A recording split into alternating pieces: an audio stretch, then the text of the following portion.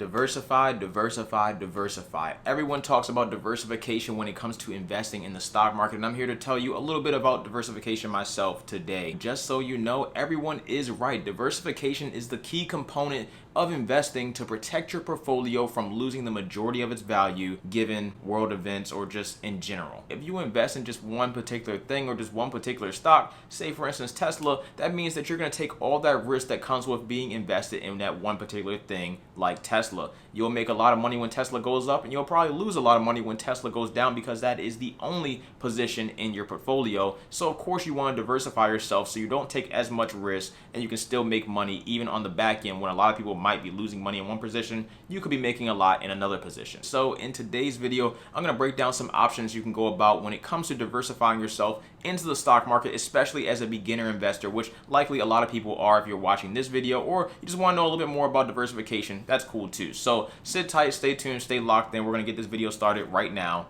Let's go.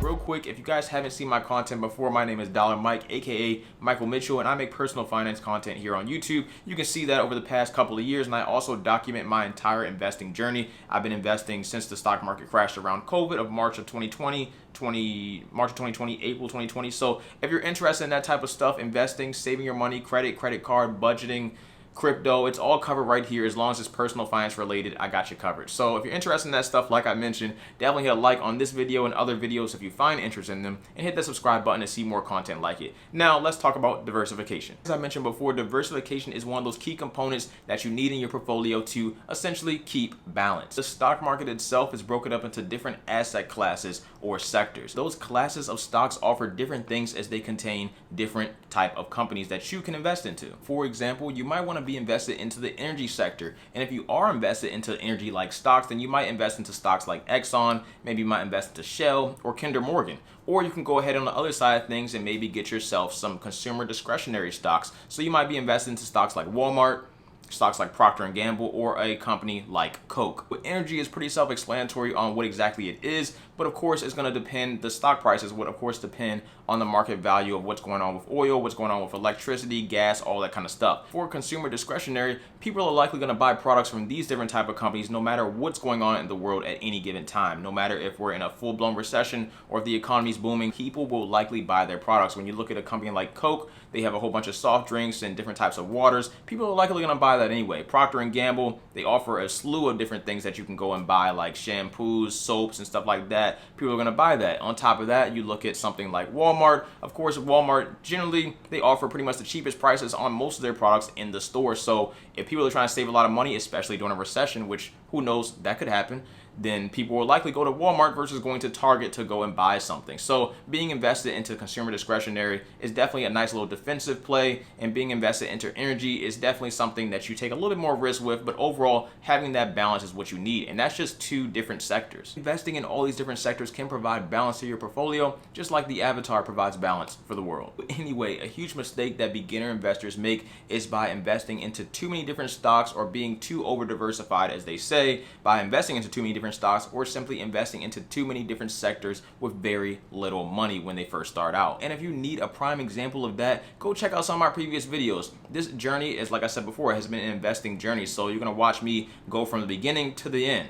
Literally my entire life, from the beginning to the end. So if you go back and watch my videos from about, I would say March, April, May, June of 2020, you can see I'm invested into about 40 different stocks with just about $2,000. That's way too much diversification going on, and I'm simply not making enough money, or as much money as I could, if I focus on just a couple of stocks. Simply put, I had the right idea but the wrong execution. So what exactly should you do? We're going to get into that. I'm going to tell you guys about 3 different options. So let's start with the first option right now. So for option number 1, you got to remember, I still want to be diversified. I still want to have multiple different stocks, to balance out my portfolio and everything like that. But at the same time, I don't want to go out and buy separate different stocks for, I'll put $10 here, $20 there. It's just simply put not enough money. So what should I do? As a beginner, this is when you should go and invest into a broad market index fund. What do I mean by that? I mean simply investing into the entire stock market as a whole. And I don't mean go out and buy 20,000 different companies or however many stocks are on the stock market, because I don't know. But I mean investing investing into one stock that covers you when it comes to the entire stock market. So you can do that. There's an ETF for that known as ticker symbol VTI. That stands for the Vanguard Total Market Fund. So you can pretty much invest your money and essentially buy every single stock by only buying one single stock, giving you the ultimate balance of a portfolio. Now, of course, is this the best option?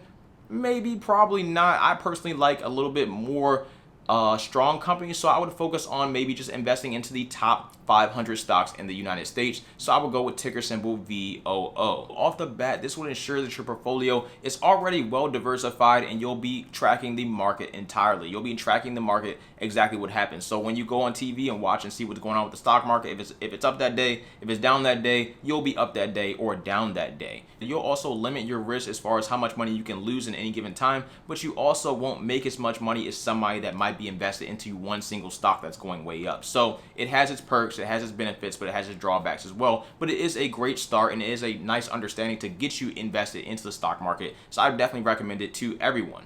I would recommend you try to get to at least $10,000 invested into this broad market index fund or ETF first, and before you go and invest into any individual stock. So yes, $10,000 into this before you even bother looking at any particular stocks at all on your own. That's what I personally recommend. It can be completely different. That's not exactly what I did when I first started, but hey, that's what I focus on now, and that's what I try to preach to people now, because I think it's a solid option. On top of that, just so you know, the majority of people cannot beat the stock market on a consistent basis. So you going out and investing into individual stocks, trying to beat the stock market consistently as a beginner investor is highly unlikely, and it's a setup. It's a setup for you to lose money, and you'll probably consistently lose money instead of consistently beating the stock market, because that's likely nearly impossible. It's not impossible, but it's very close to being possible. So I wouldn't do that. I would stick to the guns. I would focus on investing in the entire stock market as a whole in that index fund, and then from there, go ahead and pick your own, do your own research from there. So that is option number one. Well, option number two is a little bit of the same, a little bit different. It really depends on how you're looking at it, but basically the same as far as focusing on a broad market ETF or broad index fund or something like that,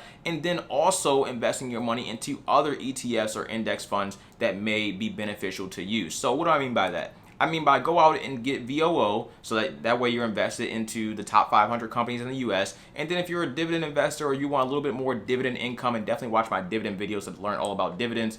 But if you want to know more about dividends, or you want to invest into dividends and make some more passive income, then maybe you can go out and get yourself a dividend ETF like SCHD. And on top of that, you could also go out and pick up maybe a real estate ETF, so you can invest into some real estate as well on the stock market, because you can do that. You don't have to go out and buy physical real estate. That's completely up to you, completely optional. Or you can go and invest into bonds or other commodities if you wish to do so. So having that type of balance is cool as well, and it's a personal option to you. I can't tell you what to invest in, but I can just give you the options, and that is some cool options. So what I would do if I did have to restart, I would probably go put 85% of my money into ticker symbol VOO. Don't do this. I'm just saying this is what I would do. Hey, tossing up in the air. I would put 85% of my money into VOO. That's the top 500 companies. Probably put another 10% into a dividend ETF like SCHD, and then maybe put like 5% more into a bond ETF or a commodity or a real estate ETF or something like that. And you guys keep hearing this term ETF, you don't know what it stands for. It stands for exchange traded fund. It simply means it's a basket of a whole bunch of different stocks put into one single stock, and you can go ahead and invest in that. So real estate, it'll be a whole bunch of different real estate companies put into one single stock, so you can go ahead and buy that versus going out and buying 5, 10, 15 different real estate companies on the stock market. Now this part right here is something to remember. ETFs do charge a very, very small fee. Typically it's very small. There may be some that are large, but typically they're not that good. The ones that you need to be focused on, likely as a beginner investor, are very small fees that you likely won't even notice that's coming out. They don't charge you your bank account or anything like that. It simply comes out of your investment once every single year. Regardless, you really, like I said, won't notice it, but this is known as the expense ratio. You can see the expense ratio on any given ETF when you go look at one.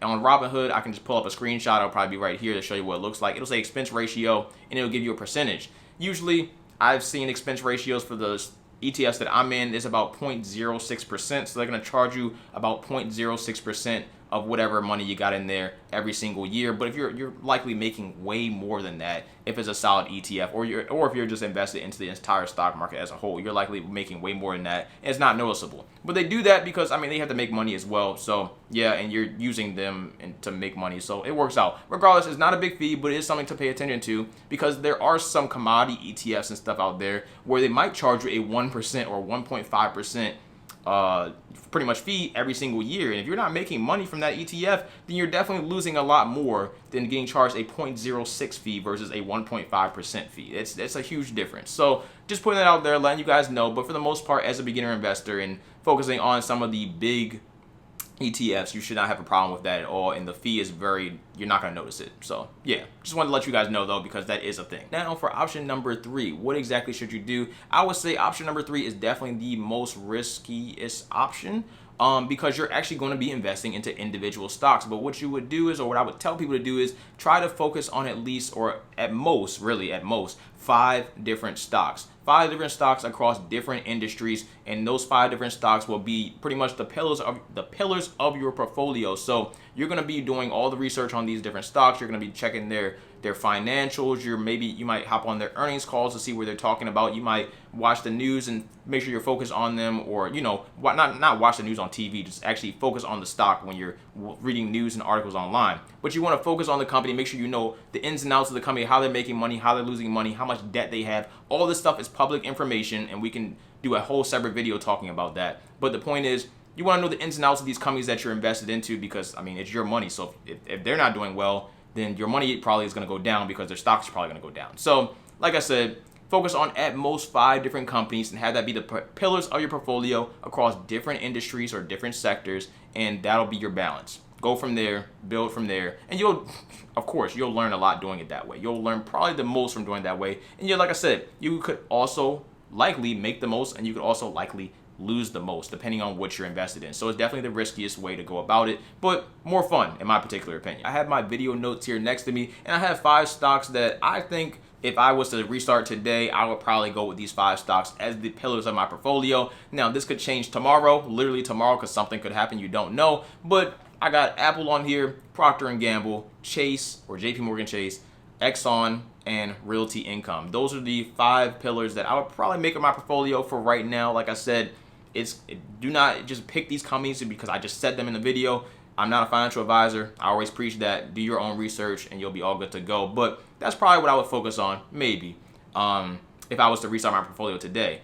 Or not. You really don't know. But on top of that, if you guys look at my previous portfolio videos, you guys would know, well, Mike, your portfolio isn't really like this, like your Robinhood portfolio. And you're right. I have about 27 stocks in my Robinhood portfolio, and I am getting it down. I have about $33,000 in there right now, and I do plan on balancing the portfolio out a little bit more. That is the focus, but for right now, that's where it's at. Now, I do like to be invested into a lot of different smaller stocks or stuff like that, because I have a dividend and growth portfolio. So I'm not focused on just one particular thing. But as someone that's just starting out, that just wants to be invested in the market and just wants to make some money and just know that they're going to be good in the long term, as long as they consistently buy more. Because remember, you're not just putting this money in once. You're going to consistently put money in this account every single month if you can. But my Robinhood portfolio, to me at least, has multiple different purposes, and that somewhat, I guess you could say, correlates to why I have so many stocks. Now, I have other portfolios where it's focused on strictly just this type of strategy, strictly just ETFs and buying just like that. And I have well over $10,000 in those portfolios. So I feel like I'm safe in that particular way. Robinhood is simply more fun to me. I'm willing to take a lot more risk with my money in Robinhood versus the other portfolios where they're very boring. I showed them in the past. I'll show them again probably in the next couple of months. Pretty boring. I never talk about them because I don't change them, and that's literally it. I just put money in, don't look at it, don't think about it, and that's pretty much it. So that's all there is for this particular video. That's diversification for you. If you have any questions, definitely let me know down in the comment section below. I have a partnership coming up. Everything's not done just yet, so I don't want to say it, but in this video I don't want to say it. So check the comment section. In the comment section there might be a link, just saying, I'm not sure yet. There might be a link for a site that can help you out on your investing journey. I'll talk about it more in the future when everything is final, but for the time being, I can't. But in the comment section, It might be there, it might not be there. It depends on when this video comes out and all that kind of stuff. But yeah, if it's there, you'll know. If it's not there, you'll know. It'll be in a future video. Regardless, that's all I got for this video. If you guys learned something, definitely drop a like on the video. I really do appreciate it. I think this is going to be a long one, but I just wanted to make sure I got the details out. And it's for beginner investors, especially during a time like this where everything's down. It's a great time to get in. We could be going down a little bit further as the summer goes on. We don't know. Nobody knows, so don't believe anybody on that BS. Nobody knows what's going to happen with the stock market. We could be good to go tomorrow. We don't know. So that's all I really got for today's video. Thank you guys for watching once again. I really do appreciate your time, everything like that. I'm out. Stay safe. Take care of yourselves. Dollar Mike. Peace.